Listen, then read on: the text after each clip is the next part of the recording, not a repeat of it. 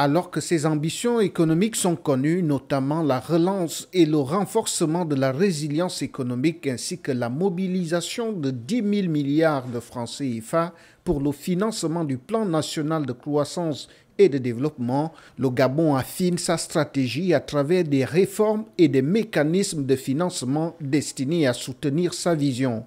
C'est dans ce cadre que s'inscrit la décision de l'État d'interdire des compensations des recettes publiques. De ce fait, les établissements publics et assimilés ne peuvent plus détenir les recettes publiques dans les banques privées. Les recettes doivent être déposées directement dans un compte ouvert au Trésor public. Cette mesure qui vise à renforcer la transparence et la traçabilité des opérations financières de l'État, notamment en matière de recouvrement des recettes, est prise en perspective aux préparatifs de la loi de finances 2026 avec en filigrane une croissance forte et durable pour le pays.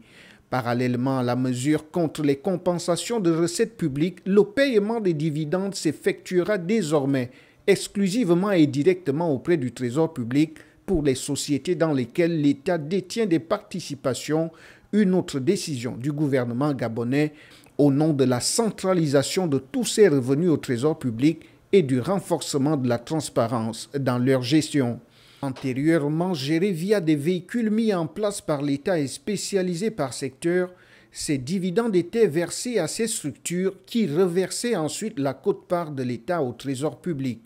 Selon le ministre de l'Économie Henri-Claude Oyima, ces mesures participent de la consolidation du socle de gouvernance économique à travers une mobilisation des recettes et soutenue par un toilettage des niches fiscales. Engagé dans une vision portée par son plan national de croissance et de développement, le Gabon exprime avec insistance le besoin d'instruments financiers efficaces pour soutenir des réformes structurelles et appuyer les investissements publics prioritaires dans un cadre sécurisé grâce à une gouvernance rénovée.